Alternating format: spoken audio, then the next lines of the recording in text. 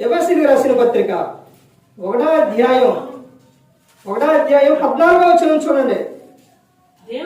దేవుని మహిమకు కీర్తి కలుగుటకై ఆయన సంపాదించుకొనిన ప్రజలకు విమోచనము కలుగు నిమిత్తము ఈ ఆత్మ స్వాస్థ్యమునకు సంచకరువుగా ఉన్నాడు.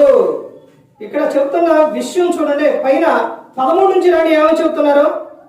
మీరును సత్యవాక్యమును అనగా మీ రక్షణ సువార్తను విని క్రీస్తు నందు విశ్వాసం ఉంచి వాగ్దానము చేయబడిన ఆత్మ చేత ముద్రింపబడి.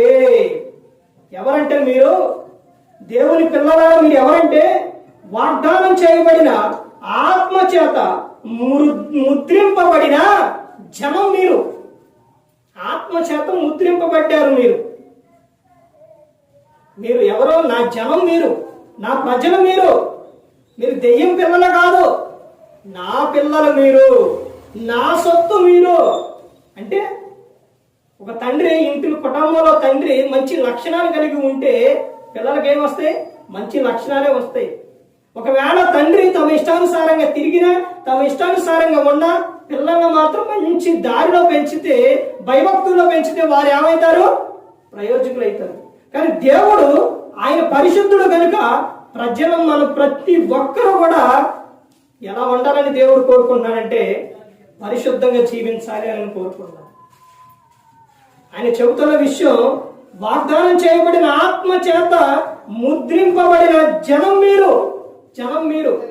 ఇదిగో మీకు ప్రతి దినం, ప్రతి ఆదివారం కూడికలోని, మీటింగ్స్ లోని మీకు వాక్యాన్ని అందిస్తుంది, వాక్యాన్ని ప్రకటిస్తుంది. దేవుడు చెప్పమన్న మాట చెబుతున్నదే మీ ఆత్మను రక్షించుకోవాలని. మీ ఆత్మకు ఆహారం ఏదంటే వాక్యం.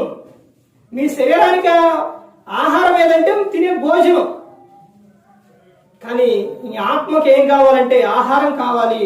మీరు ముద్రింపబడిన జనం, నా జనం. మీరు నా ప్రజలు. మీరు నిన్ను నేను ఎలా చేసుకున్నానో తెలుసా? మనిషి ఇది మర్చిపోయిందండి. మనిషి తమ అజ్ఞానంలో జీవిస్తూ, మూర్ఖంగా జీవిస్తూ ఇది మర్చిపోయిండు. ఏం మర్చిపోయిందంటే మనిషి, నేను ఎవరో తెలుసా? దేవుడు నన్ను ఎలా చేసిందంటే, ఎలా చేశాడు? ఆదికాండం 1వ అధ్యాయం మొత్తం చదివితే దేవుడు ఎలా చేసిండు? ఆయన స్వరూపంతో చేసుకుంటా దేవుడు నిన్ను ఎలా చేసిండు?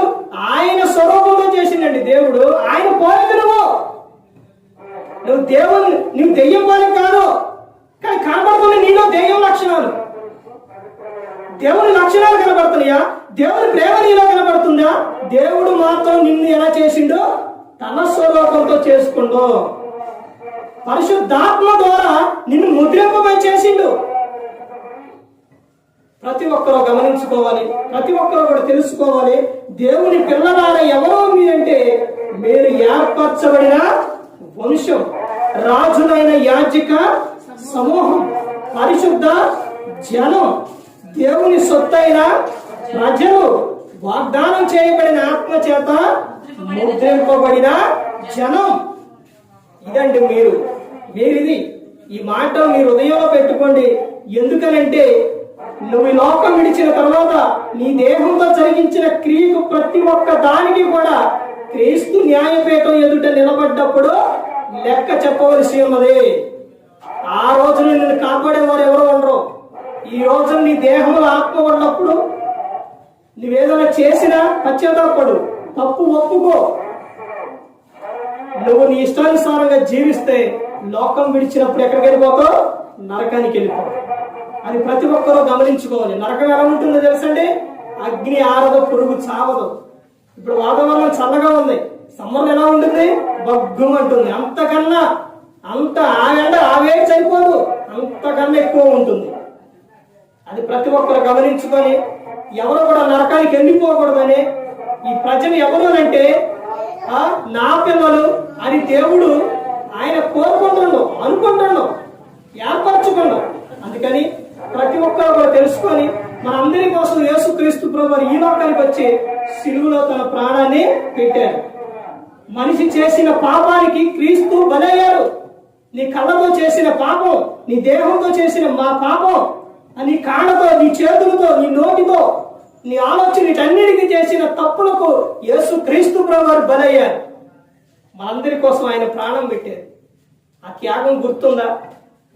ఆ క్రీస్తు త్యాగం నీకు గుర్తుందా? మనందరిని ఏర్పరచుకున్నారు. ప్రతి దినం నీకు గుర్తు రావాలి. ఈ రోజున నీ కుటుంబంలో ఆనందం, సంతోషం కావాలి అని అంటే నీలో ప్రార్థన ఉండాలి, వాక్యం ఉండాలి, ప్రవర్తన ఉండాలి. క్రీస్తుని పోలి నడుచుకోవాలి. ప్రతి ఒక్కరు కూడా దేవుని యందు భయభక్తులు కలిగి పరిశుద్ధాత్మ మాట వింటూ హృదయ శుద్ధిని కాపాడుకుంటూ క్రీస్తుని పోలి నడుచుకున్నప్పుడు ఈ లోకం విడిచిన పరలోకానికే చేరుకుంటారు. మరి ఈ విధంగా నిలబెట్టి మాట్లాడించిన తండ్రి అయిన దేవునికి కృతజ్ఞతాస్తుతులు చెల్లిస్తూ, అంతవరకు శ్రద్ధగా ఉన్న మీకు ప్రభు పేరున హృదయపూర్వకంగా చెల్లిస్తూ ఈ మాటలు ముగిస్తున్న అందరికీ వందనాలు.